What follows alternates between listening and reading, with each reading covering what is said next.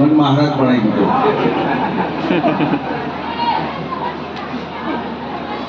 આપણા વંદનીય પૂજનીય આ વિસ્તારનો આટલા એરિયામાં ભક્તિભાવનો સંદેશો લઈને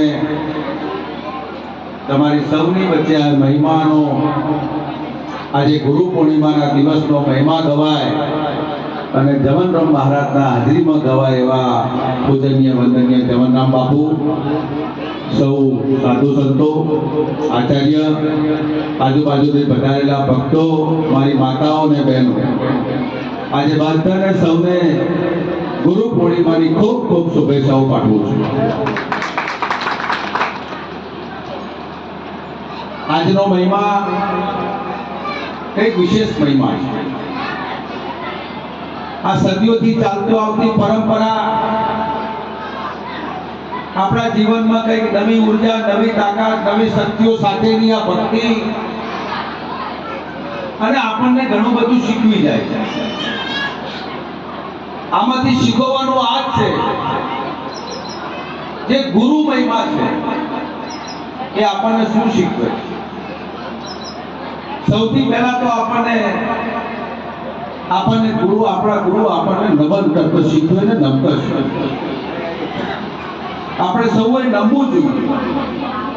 વડીલ હોય, નાના હોય, મોટા હોય, એને નમવું જોઈએ. એમ આજે આપણે બધા જવનરામ મહારાજના ચરણોમાં સ્પર્શ કરવા માટે આવ્યા છે અને એમને પ્રાર્થના કરીએ કે એમની જે ભક્તિ છે એ ભક્તિ રૂપી આપણે સૌ બાળકોને, ભક્તોને આશીર્વાદ આપે એવી જવનરામ મહારાજને પ્રાર્થના કરીએ.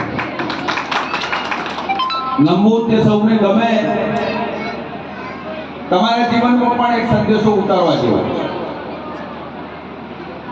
કે તમારા જીવનની અંદર કોઈ સાધુ સંતનો ચરણે સ્પર્શ કર્યા સિવાય, કોઈ મહાપુરુષનો ચરણ સ્પર્શ કર્યા સિવાય તમને જે કંઈ મળ્યું છે એ સાધુ સંતોના આશીર્વાદથી મળ્યું છે. અને જ્યાં સુધી તમે સાધુ સંતોના આશીર્વાદ લેતા રહેશો ત્યાં સુધી તમારા જીવનનો બેડો પાર.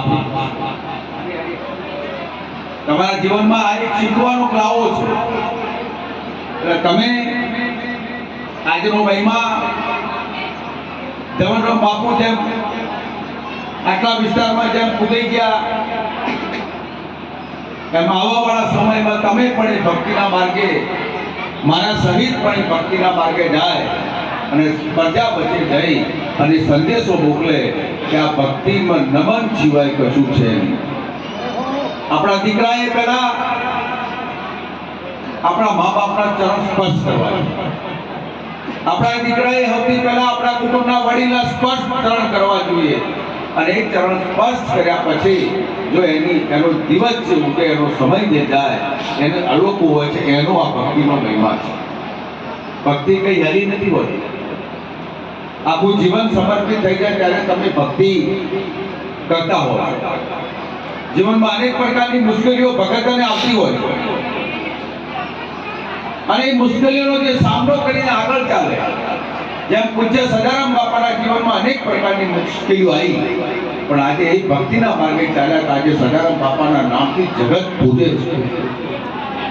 એમને આજે હું ગુરુ પૂર્ણિમાના દિવસે એટલું કહી શકું કે આ સમાજને સુધારવામાં સૌથી મોટો યોગ્ય ફાળો હોય તો પૂજ્ય સદારામ બાપા.